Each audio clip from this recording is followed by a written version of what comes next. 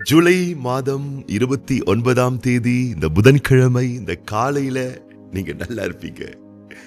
இன்னைக்கு மதியானம், இன்னைக்கு சாயந்தரம், இன்னைக்கு நைட்டு, இன்னைக்கு முழுசா, ஏன் நாளைக்கு உங்க வாழ்க்கை ஃபுல்லா நீங்க நல்லா இருப்பீங்க, ரொம்ப ரொம்ப நல்லா இருப்பீங்க. கர்த்தருடைய பிள்ளைகளே, நல்ல தேவனுடைய வார்த்தை கேட்கிறீர்கள், நல்ல தேவனை நம்புகிறீர்கள், நல்ல தேவனுக்கு நேராக உங்கள் கரங்களை உயர்த்தி உங்களை அர்ப்பணிக்கிறீர்கள்.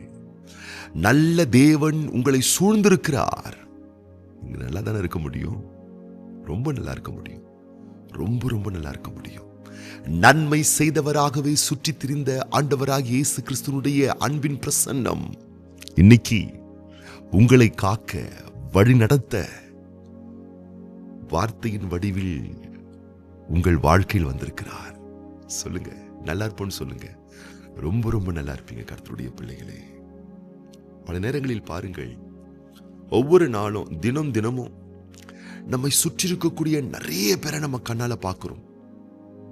அதே நேரத்தில் அவங்க போஸ்ட் போடுறாங்க பாருங்க, சோஷியல் மீடியால, வாட்ஸ்அப் ஸ்டேட்டஸ்ல, இன்ஸ்டாகிராம்ல, நம்ம அறிஞ்சவங்க அல்லது அறிமுகம் இல்லாதவங்க அவர்களை குறித்து போடக்கூடிய போஸ்ட், இதெல்லாம் நம்ம பார்க்கிறோம்.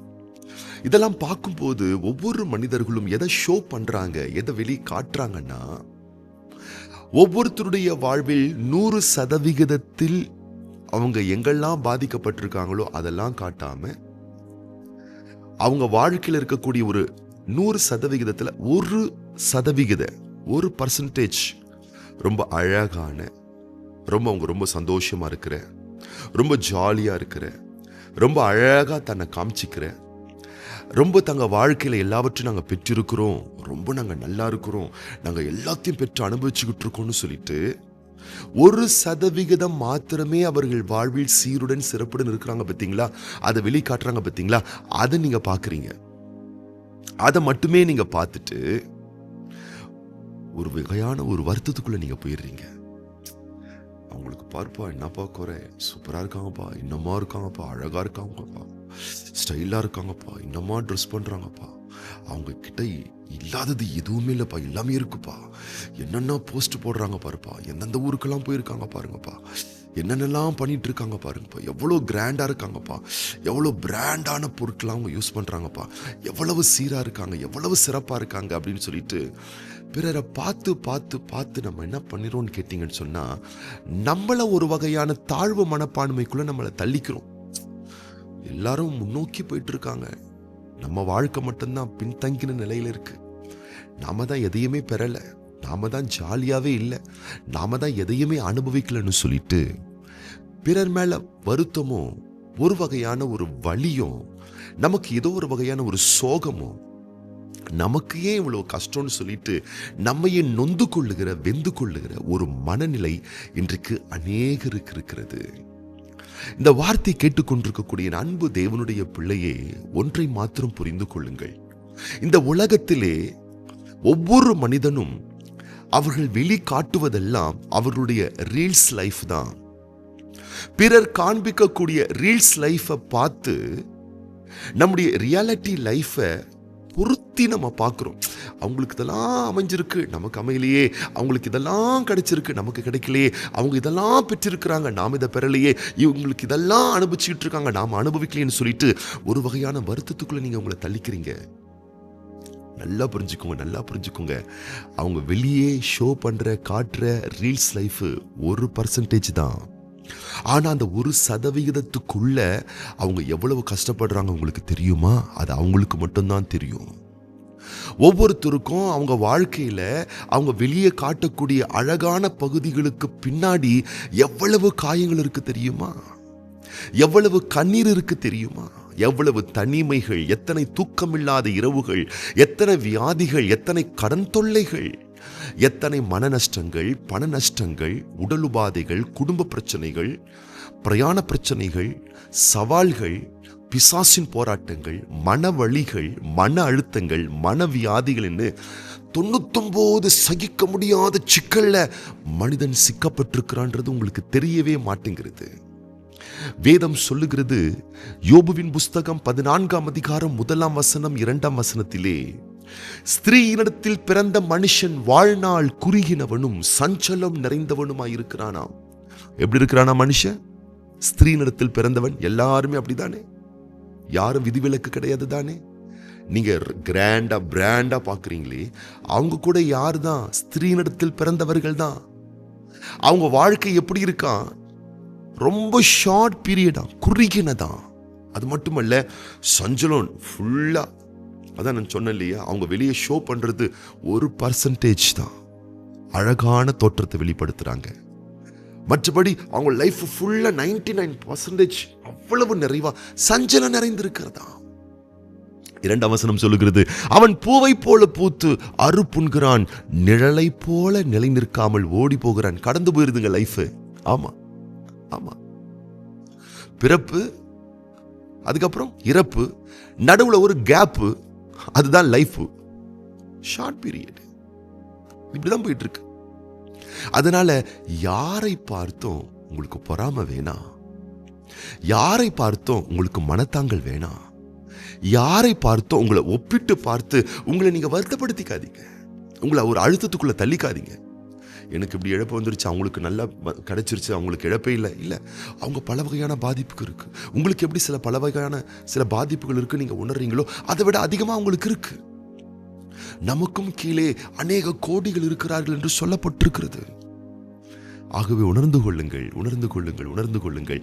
யாரை பார்த்தும் நீங்கள் மனவலி அடைய வேண்டாம், மனநோவு உங்களுக்கு வேண்டாம். தினம் தினம் இப்படிப்பட்ட நபர்களை பார்த்து, அவங்க லைஃபுடைய ஸ்டைலை பார்த்து, அவங்க போடுற சோஷியல் மீடியாவில் இருக்கக்கூடிய போஸ்ட்டை பார்த்து உங்களை காயப்படுத்திக்காதீங்க, அவங்க மேல பொறாமப்படாதீங்க, உங்களை சங்கடப்படுத்திக்காதீங்க.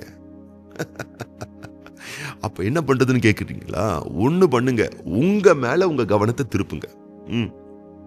உங்களை பாருங்க, மத்தவங்க போஸ்ட பார்க்காதீங்க, மத்தவங்க லைஃபை பார்க்காதீங்க, உங்களை பாருங்க. உங்களை பெட்டராக்கிக்கிறதுக்கு, உங்களை செதுக்குறதுக்கு, உங்களை சரிப்படுத்துறதுக்கு, உங்களை காத்துக்கிறதுக்கு உங்களை ஃபோக்கஸ் பண்ணுங்க. நீங்க பெட்டரா மாற ஆரம்பிப்பீங்க. கர்த்தருடைய பிள்ளைகளே, கவனத்தை கண்டவர்கள் மேல் வைக்காமல் கவனத்தை உங்கள் மேல் வையுங்கள். ஆண்டவருடைய வார்த்தையை ஆழமா பிலீவ் பண்ணுங்க. கர்த்தர் என்னையும் பெட்டர் ஆக்குவாரு, நாங்களும் இன்னும் நல்லா வருவோம்னு சொல்லிட்டு கவனத்தை உங்க மேல வச்சு ஃபோக்கஸ் பண்ணுங்க. ஒரு பேப்பர் எடுத்துக்கோங்க, உஷ்ணம், பகல் வெயில், உஷ்ணம் பயங்கர அகோரமா அடிக்குது. ஒரு பேப்பர், அந்த உஷ்ணத்தின் நடுவில் அந்த ஒரு பேப்பரை வச்சு பாருங்க, பேப்பரா தான் இருக்கும். ஆனா இந்த மேக்னிஃபைங் கிளாஸ் இருக்குல்ல, பூத கண்ணாடி, அந்த பூத கண்ணாடிய சன்லைட்டுக்கு முன்னாடி பூத கண்ணாடியை வச்சு, அந்த பூத கண்ணாடி மூலமா ஒரு கதிர்வீச்சு அந்த பேப்பர்ல நீங்க பாய்ச்சுங்க, ஃபோக்கஸ் பண்ணி காட்டுங்க, பேப்பர் எரிஞ்சிரும். என்னடா இது, இவ்வளவு நேரம் சூரிய வெயில்ல தான் அந்த பேப்பர் இருந்துச்சு, ஆனா எரியல. ஆனா ஒரு மேக்னிஃபைங் கிளாஸ் பூத கண்ணாடி வச்சு அந்த ஒளியை டைரக்டா பாய்ச்சணும், ஃபோக்கஸ் பண்ண உடனே பேப்பர் எரிஞ்சிருது. அப்படின்னா என்ன அர்த்தம்? நீங்க எங்க ஃபோக்கஸ் பண்றீங்களோ அங்க பவர், அங்க ஃபயர் வர ஆரம்பிச்சிடும். நீங்க எல்லாருடைய சோஷியல் மீடியா போஸ்டையும் பார்த்துக்கிட்டு, எல்லாருடைய லைஃப் ஸ்டைலையும் பார்த்துக்கிட்டு, அவன் பார் எப்படி இருக்கான், இவன் பார் எப்படி இருக்கான், நாம் பார் எப்படி இருக்கான்னு பார்த்துக்கிட்டு இருந்தீங்கன்னா உங்க ஆற்றல், எனர்ஜி வீணாகுது, விரயமாகுது. உங்களை பாருங்க, கர்த்தர் உங்களை எப்படி இன்னைக்கு இந்த காலையில நல்லா வச்சிருக்காருன்றதை பார்த்து ஆண்டவருக்கு நன்றி செலுத்துங்க. கிடைக்காத விஷயத்தை நினைச்சு உங்களை அழுத்தத்துக்குள்ள தள்ளிக்காம கிடைத்ததற்காக போற்றுங்க. ஆத்துமாவே கர்த்தரை ஸ்தோத்திரி, என் முழுவதுமே அவருடைய பரிசுத்த நாமத்தை ஸ்தோத்திரி. என் ஆத்துமாவே கர்த்தரை ஸ்தோத்திரி, அவர் செய்த சகல உபகாரங்களை, எவ்வளவு உதவி உனக்கு செஞ்சிருக்காரு, அதை மறக்காம கர்த்தரை ஸ்தோத்திரம் பண்ணுன்னு சொல்லிட்டு உங்க மனசை ட்ரெயின் பண்ணுங்க.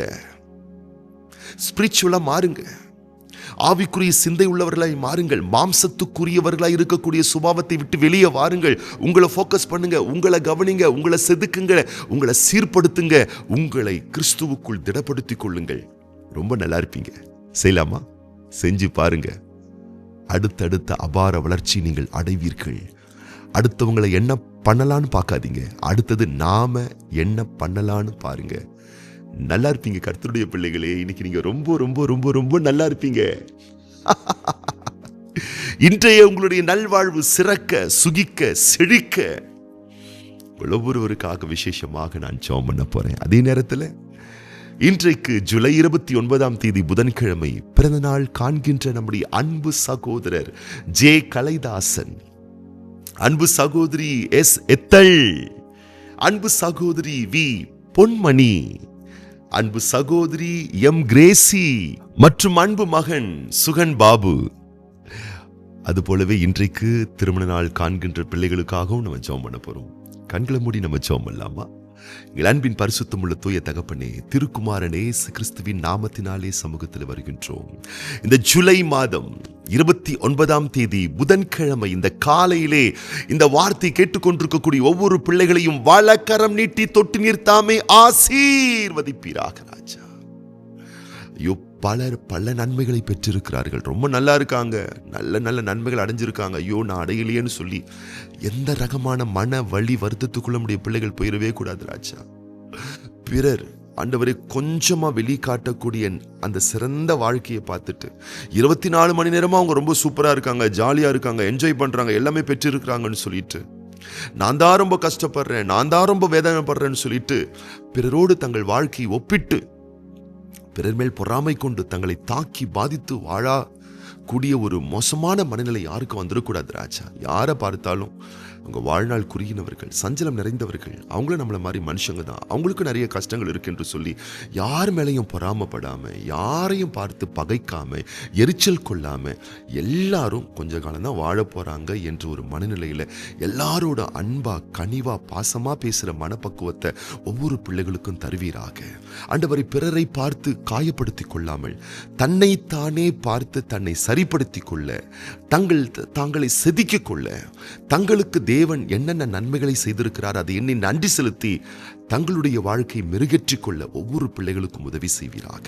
இந்த நாள் உடைய பிள்ளைகளுக்கு ஜெயத்தின் நாளாய், இன்பமான நாளாய், சுகமான நாளாய், சந்தோஷமான நாளாய், வெற்றிகரமான நாளாய் அமைந்தருள வேண்டுமென ஒவ்வொரு பிள்ளைகளையும் மனதார நாங்கள் வாழ்த்துறோம் அப்பா. இன்றைக்கு பிறந்த நாட்கள் காண்கின்ற, திருமண ஆண்டுகள் காண்கின்ற பிள்ளைகள் இன்றைக்கு மட்டும் இல்ல ராஜா, அவங்க வருகை வரும் மட்டும் இதுபோல இன்னும் அநேக ஆனந்தமான சந்தோஷமான வருடங்களை, ஆண்டுகளை உடைய பிள்ளைகள் காண வேண்டுமென நாங்கள் மனதார வாழ்த்துகிறோம், ஆசீர்வதிக்கிறோம். நேச ஸ்நேக பிரிய பாசமுள்ள கரத்தில் ஒப்புக் கொடுக்கிற ராஜா, உடைய கிருபை கரம் காருண்யம் உடைய பிள்ளைகளை உயர்த்தட்டும். வாழ்த்துறோம், ஆசீர்வதிக்கிறோம், ஒப்புக் கொடுக்கிறோம். ஆண்டவர் இயேசு கிறிஸ்துவின் ஆசீர்வதிக்கப்பட்ட நாமத்தினாலே வாழ்த்தி ஜெபிக்கிறோம் எங்கள் நல்ல பிதாவே, ஆமீன். நல்லா இருப்பீங்க. இன்னைக்கு நீங்க ரொம்ப ரொம்ப நல்லா இருப்பீங்க.